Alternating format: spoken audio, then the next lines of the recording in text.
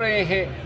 الزام کیا ہے؟ کبھی کہتے ہیں کسی ڈی ایس پی پہ کمپٹی پہ گولی رکھی، پستول رکھا، کبھی تانے دار کی کمپٹی پہ پستول رکھا، کبھی کسی پہ گاڑی چڑھا دی، کبھی کسی کو مارنے کی دھمکی دی، کبھی ہم نے بارود پھینکا.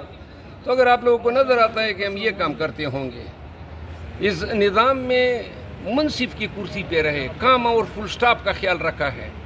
زندگی میں ایک پرچہ نہیں ہوا، ابھی تک 47 پرچے جو ہیں 1.5 سال کے اندر ہم پہ ہو گئے، اور ابھی تک جو ہے ان کے سینوں کی آگ ٹھنڈی نہیں ہوئی ہے. ابھی تک تمام لیڈرز، تمام ورکرز، آج بھی ہمارے 1000 سے زیادہ ورکرز کی شناخت پریڈ ہے، ایک مقدمے سے نکالتے ہیں دوسرے میں.